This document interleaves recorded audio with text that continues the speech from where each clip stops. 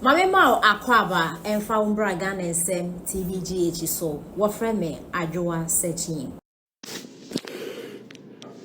Yo faken. Kere Japan. Honorable. Me many sound many and sound. Na me say omo wo party ni mu no. Say omo suro. Se den itu ye bibia omo ntime kan no mo hwe. Na mia sebi me suso sa wo ne ma no so no. Ebe se de bia me na me ba kan asem. Ken say ye po bia eni per analysis now ye no obi on qualify san ko be flag bearer yo. Per your own analysis. Per your own analysis. Say wutimi ka say ye election ye lose with the margin. Iti per wo analysis a margin iti Dr. Baumi enye candidate or say delegates manasa ko. Ken ye do krom wo one constituency per Asen Central. Hono ye do hope na de bejejo. Who sit what now so 20 something years I will see from. What men grumi obia wo MPP ni mapa biara amana take over from you. See you rate with the constituency kwa on qualify be bia so ben flag bearer kunya no be bia ben ho be bia with just your constituency on qualify.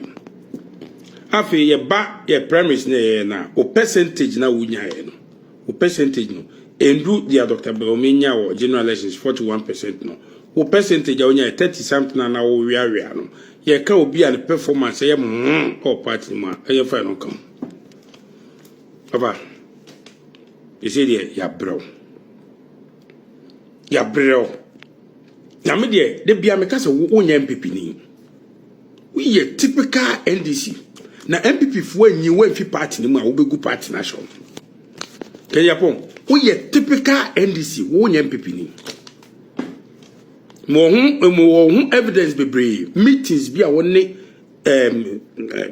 President Mahama eyere ayeye ne kwan a o fa so a break MPP down amom ya na oguso aye wo nya MPP ni wo MPP mu for wa fu contracts in abagie party ni ko opposition it will kill party ni opposition the nya asem ni enka di levy ba a point say 20 say Ghana ye twa to Ghana for so Ghana ni to 1 gallon of fuel bia obetwa 4 cedis 50 pesos na Madjo Mahama 1 gallon per 1 gallon it Ghana ni eto 2 gallons a driver for eto 2 gallons a day omutwa 9 cedis na Madjo Mahama Ken levy ni etwa 1 cedi upon sika bia wo sending. This is the time I would the party na enema we in a yen Ghana for payment chinchemu. Yenye we dress am na kokoye wo Church of Pentecost wo ayi mampon hono. We nye we dress am no ofa. Se wo so be koso akoni se ya. Ye mu bi the strategy kwa ye de ba so ye besesa no. Ensema me ba be kanu wo. Are this is your last and your first and last warning. Ken, this is your first and last. What did Dr. Baumi enim yang form bi ma yen spell? Achieve show. Ye pobi betime di Ghana ni ma Ghana for hwe na anye wo. Ghana for so wan wo ya. Ghana for so wo di matem. Ghana for so wo twompoa because Ghana man na hiafo ne doso. Na wo so wo mu ahiafo na sikafo kasa ma ahiafo nka bi. Eti ye pobi Ghana for mpene ni ma hwa eye wo. Eti men fa wo to Dr. Baumi obebiabiem. This is your last warning. Men fa wo to Dr. Baumi obebiabiem kere Japan me na meka sase ma chew. Ben Dr. Baumi obebia. Don't even try that thing again. Se wo attack papa ni bi ma ye be ba so fully ye Mahama ni ndisi beto nchen.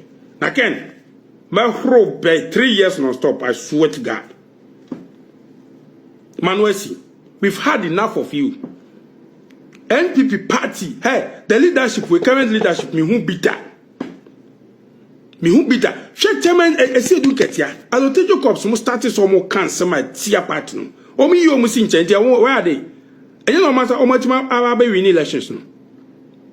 na Kennedy Japan kwa ya party leadership wo ayi Justin Kodua ne chairman chairman team mo ne ade mo keka ho Kennedy Japan no ya ho party nim party na start campaign anya bia party na start campaign na campaign time so ye kwa yie esu Kennedy Japan fi so ye bema osusu obi o party nim ite yie na ye kwa no de kwa campaign akwa attack Dr. Bawumia biom but Ken we our last time those am catch one ma catch one no last one in here the next time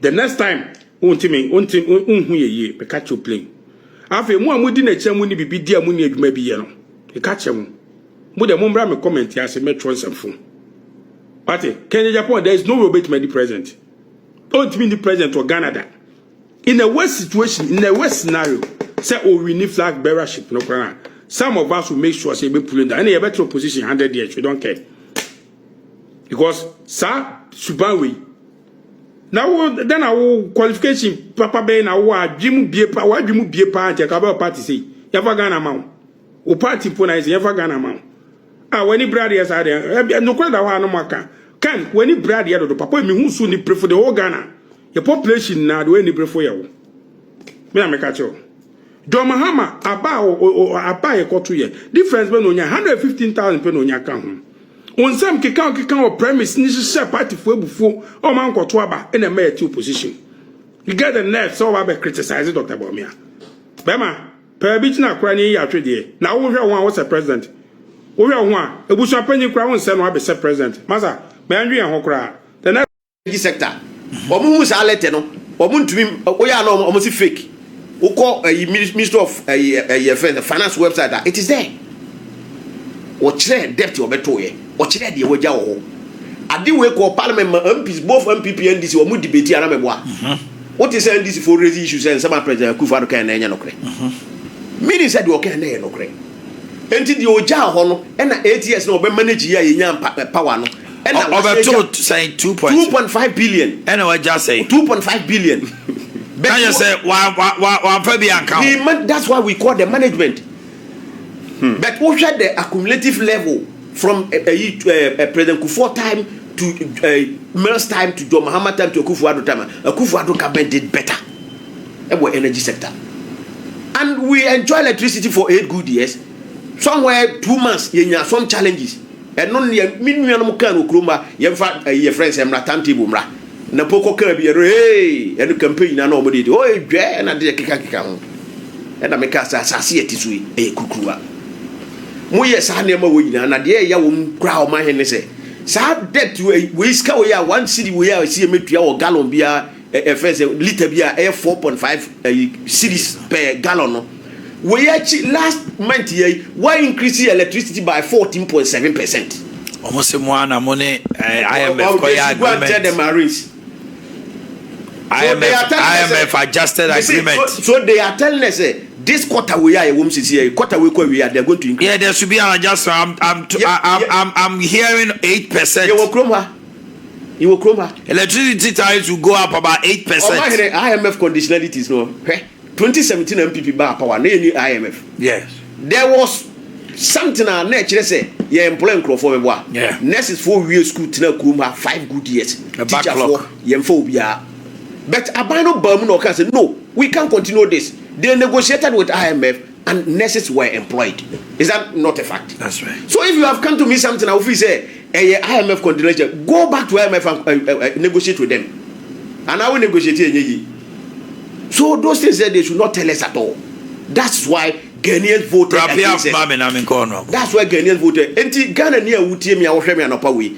Aside Safu, we are.